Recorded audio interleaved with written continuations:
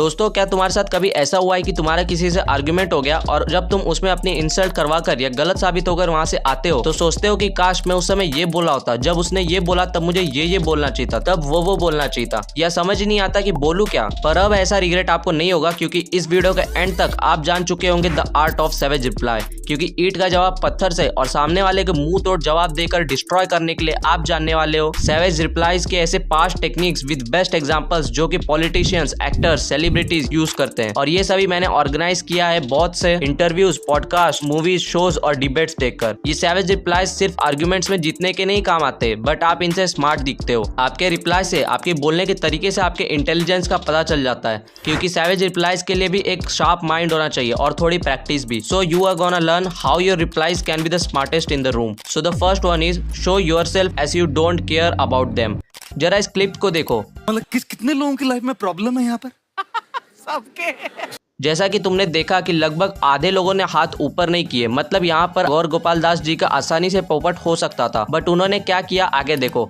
अच्छा, जो लोग हाथ नहीं उठा रहे अपेक्षा करे कि मैं उनमें विश्वास करूंगा। तो उन्होंने ऐसा दिखाया कि जिन लोगों ने हाथ ऊपर नहीं किए उन पर मैं विश्वास नहीं करता, और उन्होंने उस बात को ऐसे प्रेजेंट किया कि एक जोक भी बन गया। अब फिल्टर कॉपी चैनल की इस वीडियो का क्लिप देखो। सॉरी यार, थोड़ा लेट हो गया। पर तेरा वेट कौन कर रहा है? इसमें सामने वाले को ये बताया गया है कि तुम मेरे लिए इम्पोर्टेंट नहीं हो, बट एक सैवेज तरीके से, कि वेट कौन कर रहा था।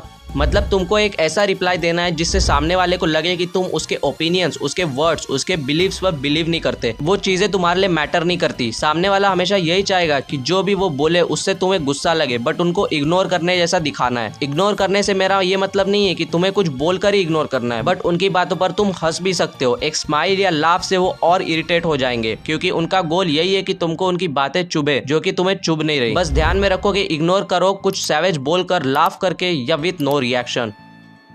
तो सेकंड टेक्निक है द स्ट्रॉमैन फैलेसी। स्ट्रॉमैन मतलब एक तिनके का आदमी। किसी 7 फीट के बॉडी बिल्डर को हराना हो तो उसी के जैसा एक स्ट्रॉमैन बनाओ और उसे हरा कर सबको ये बोलो कि मैंने उस बॉडी बिल्डर को हरा दिया। सेम चीज आपको आर्ग्यूमेंट्स में करनी है। सामने वालों की बातों का एक कमजोर वर्जन तैयार करो और उस पर अटैक करके सामने वाले को हराओ। तो तुम ये कह रहे हो कि, बस यही से आपको सेंटेंस का स्टार्ट करना है कि तो तुम ये कह रहे हो कि, और आगे सामने वाले की बातों का सबसे पॉसिबल कमजोर वर्जन रख दो। फॉर एग्जाम्पल, अगर सामने वाला कहे कि बच्चों को स्कूल में मारना चाहिए ताकि वो डिसिप्लिन में रहे, तब इसका रिप्लाई में आप कह सकते हो कि तो तुम ये कहना चाहते हो कि बच्चों को मार पीट कर, उनको डरा कर, प्रेशराइज करके पढ़ाना चाहिए। ऐसे तो बच्चे पढ़ाई को एंजॉय नहीं करेंगे, तो उनको घंटा कुछ समझ आएगा। सामने वाला बोलेगा कि नहीं, मैंने तो ऐसा नहीं कहा। यस, उसने ऐसा भले ही नहीं कहा, बट बात तो बहुत हद तक सिमिलर है। तो आप सिमिलर बात का, उस स्ट्रॉमैन का यूज कर सकते हो सामने वाले को इरिटेट या कंफ्यूजन में डालने के लिए। तो थर्ड टेक्निक है point other persons negatives instead of arguing on yours. इस रूल में सामने वाला कुछ तुमको नेगेटिव बोले तो तुम खुद को सही प्रूफ करने की कोशिश मत करो, जैसा कि ज्यादातर लोग करते हैं, बल्कि तुम सामने वाले के नेगेटिव्स को ही पॉइंट आउट करके एक सैवेज तरीके से रिप्लाई दो। फॉर एग्जाम्पल, ये क्लिप देखो। कैटरीना को पंजाबी बहुत अच्छी आती है। अब इसमें भारती सिंह ने एक तरह से कटरीना को ये बोलकर कि कटरीना को पंजाबी बहुत अच्छी आती है इंसल्ट की है, क्योंकि कटरीना को पंजाबी बिल्कुल अच्छे से नहीं आती। तो इस पर कटरीना कैफ का रिप्लाई सुनो। Just like how you do belly dancing very well.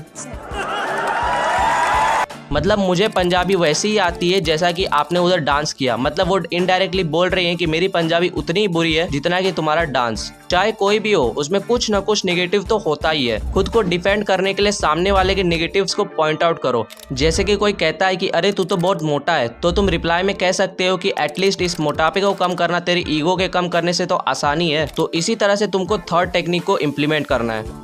तो फोर्थ टेक्निक है except them and counter wisely. इस टेक्निक में तुमको खुद को समझदारी से डिफेंड करना है। जो भी सामने वाला बोल रहा है उसको एक्सेप्ट करो। उसको बोलो कि हाँ मैं ये हूँ, हाँ मैं वो हूँ, हाँ मैं ये करता हूँ, हाँ मैं ऐसा हूँ, और उसके आगे खुद की तारीफ करके या जैसे भी डिफेंड करके सैवेज रिप्लाई दो। जैसे कि इस क्लिप को देखो।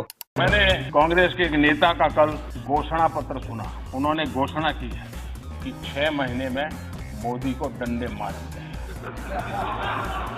तो मोदी जी का रिप्लाई सुनो। ये बात सही है कि काम जरा कठिन है, तो तैयारी के लिए 6 महीने तो लगते ही हैं। तो 6 महीने का समय तो अच्छा है, लेकिन मैं भी 6 महीने में तय किया हूं कि रोज सूर्य नमस्कार की संख्या बढ़ा दूंगा। 6 महीने ऐसे सूर्य नमस्कार करूंगा, ऐसे सूर्य नमस्कार करूंगा कि मेरी पीठ को भी हर डंडे झेलने की ताकत वाला बना दूंगा। तो मैं आभारी हूं कि पहले से अनाउंस कर दिया गया है, तो मुझे ये 6 महीना अब एक्सरसाइज बढ़ाने का टाइम मिलेगा। उन्होंने एक्सेप्ट किया और फिर बोला कि आओ मैं तब रेडी रहूंगा। अब इस क्लिप में देखो।